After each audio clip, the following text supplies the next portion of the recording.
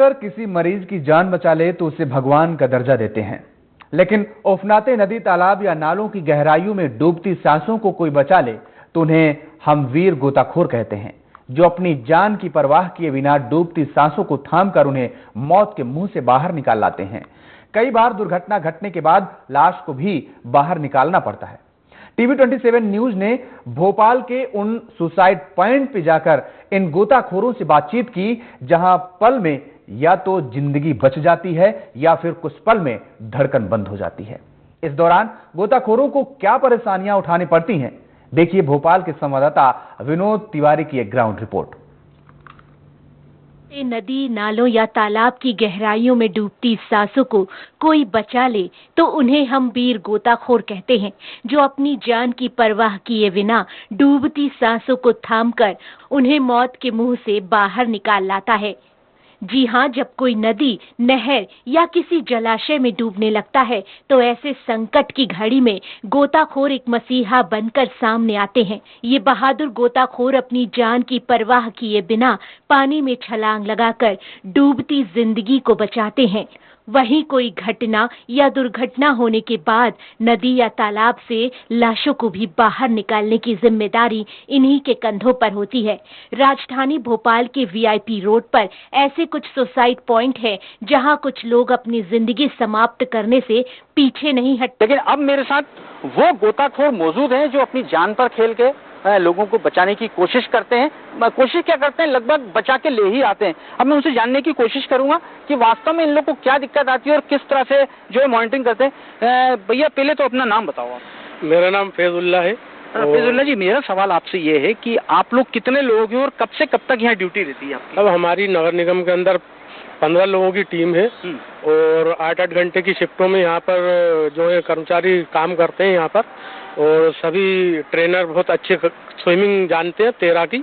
और कभी भी यहाँ पे कोई सुसाइड केस या होना होता है या हो गया होता है तो उसके अंदर हम लोग अपना रेस्क्यू करके उसको, अगर एक्सपायर हो गया है तो बॉडी पानी से बाहर निकालते हैं, भले कितनी भी गहरान हो उसके अंदर हम लोग अंदर जाके उसे निकाल लेते हैं। और बाकी कोशिश तो यही रहती है ज़्यादातर कि जीवित ही बचाना है।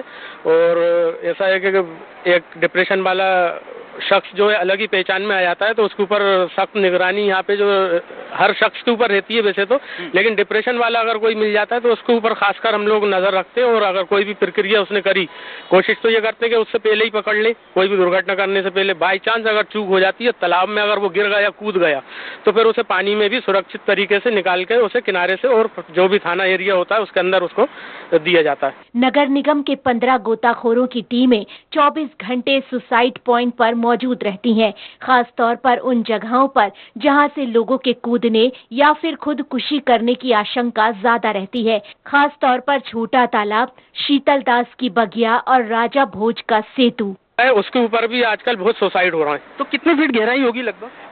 छोटे तालाब का जो आर्च ब्रिज है वो तो लगभग 52 फीट के आसपास गहरान है, और अपना राजा भोज सेतु जो ब्रिज है उसके अंदर 40 फीट के लगभग पानी है। और अपना ओल्ड जो वीआईपी ब्रिज है, ये मेरे जस्ट पीछे जो दिख रहा है, उसकी गहराई लगभग 35 फीट 40 फीट समथिंग आती है। तो देखिए गहराई ज्यादा है, दिक्कत आती है, लेकिन इनको इतनी दूर यहाँ से लेकर वहां तक जो राजा भोज की प्रतिमा लगी है काफी लंबा है। जब तक आदमी कूदेगा इनको दौड़ना पड़ता है। हालांकि इनके पास साधन है, लेकिन फिर भी अब कोशिश करते हैं कि कूद के बचा लें और बचा ही लेते हैं। वहीं डूबते लोगों की जान बचाने के लिए इन गोताखोरों को शारीरिक कष्ट भी उठाना पड़ता है।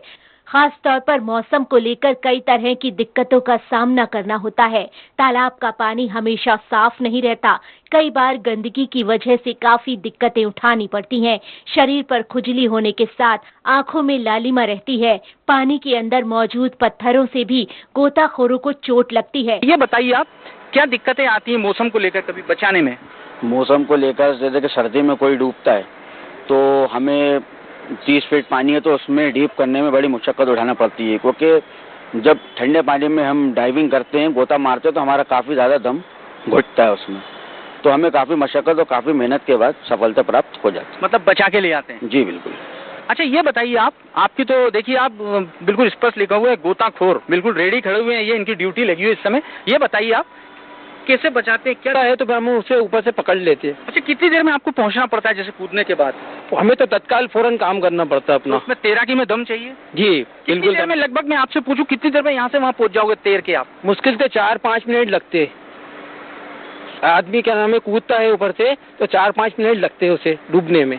तो देखिए यहाँ से लेकर वहाँ तक अगर इनको कूद के जाना है तो 4 से 5 मिनट में ये वहाँ पहुँच जाएंगे जहाँ वो गिरा हुआ है। हालांकि इनके पास नाव की सुविधा होती है और भी इंस्ट्रूमेंट है। वहीं कम उम्र के गोताखोर भी ड्यूटी पर तैनात रहते हैं, जो रिस्क लेने से नहीं डरते, बल्कि उनका कर्तव्य होता है डूबती जिंदगी को बचाना। उनके लिए ये गोताखोर अपनी जान की परवाह नहीं करते। सबसे कम उम्र के गोताखोर भी हमारे साथ है। भैया ये बताओ, अभी तो तुम सबसे कम उम्र के हो जी, तो क्या अचीवमेंट किया, कितनों को बचाया आपने, कैसा लगता है? तो लगता तो अच्छा है सर, पर ये बहुत मुश्किल काम है, ये थोड़ा सा रिस्क काम है। बस ये आदमी कूद जाता है, सुसाइड कर लेता है तो उसमें थोड़ा सा रिस्क होता है। ऊपर से कूदते हम लोग तो उसमें भी थोड़ी सी चोट मोट लग जाती है, हम लोग को भी। मर गए, मालिक से शुक्र है उनको बचा लेते। गोताखोर हैं जिनको मैं वीर गोताखोर कहूंगा, क्योंकि क्या है, ये लोग जितनी गहराई में जाते हैं, सांस कंट्रोल करना। आप बताइए, एक नॉर्मल व्यक्ति जो है 1 मिनट भी सांस रोक ले बहुत बड़ी बात है, लेकिन इनको 20-25 फीट नीचे डाई में जाना है, जो है बॉडी को लेके आना है।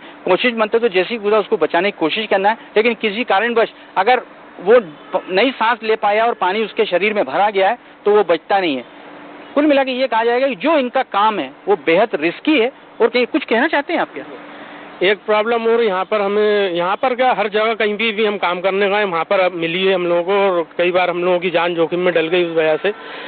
जो सरकारी संपत्तियों के आसपास झीलों के अंदर जो दायरा दिया गया है मत्स्य विभाग वालों को मछली पकड़ने के जाल लगाने का, वो उसको बिल्कुल फॉलो नहीं करते हैं और ब्रिजों के आसपास जो है वो मछली पकड़ने के जाल नेट लगा देते हैं, जिसके अंदर के पानी में रहने वाली मछली तक फंस जाती है। तो हम तो बाहर के प्राणी अपन जो भी केले उसको अगर जाल में फंस जाते हैं तो बड़ी दिक्कत हो जाती है।